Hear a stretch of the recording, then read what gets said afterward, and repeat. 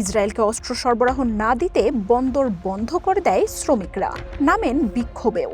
Sono qui perché dobbiamo essere qui, perché siamo umani e questa è la cosa importante, al di là di ideologie partitiche. Di mostruoso e bisogna fare qualcosa e quel poco che si può fare bisogna farlo. Quindi oggi qui perché c'è questa occasione di esprimersi. Avrebbe dovuto farlo da tanto tempo. Noi speriamo, io personalmente spero. ইতালির উত্তরাঞ্চলের জিনোয়া বন্দরের সব পথ অবরোধ করেন শ্রমিকরা।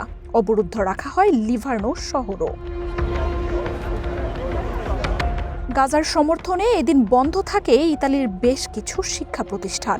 অবরোধ ধর্মঘটের প্রভাব পড়ে দেশটির সামগ্রিক যোগাযোগ খাতেও। এ সময় ফিলিস্তিনের পতাকা হাতে ইসরায়েলের বিরুদ্ধে স্লোগান দেন আন্দোলনকারীরা।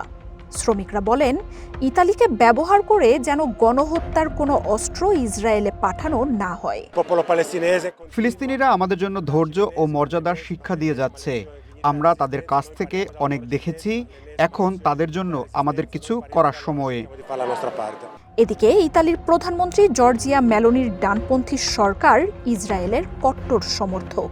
তবে ফিলিস্তিনের প্রতি সমর্থন নিয়ে সম্প্রতি এই দেশটির সরকারেও তুমুল বিরোধ তৈরি হয়েছে। মার্জিয়া উপমা, ওয়ান ইন্টারন্যাশনাল ডেস্ক।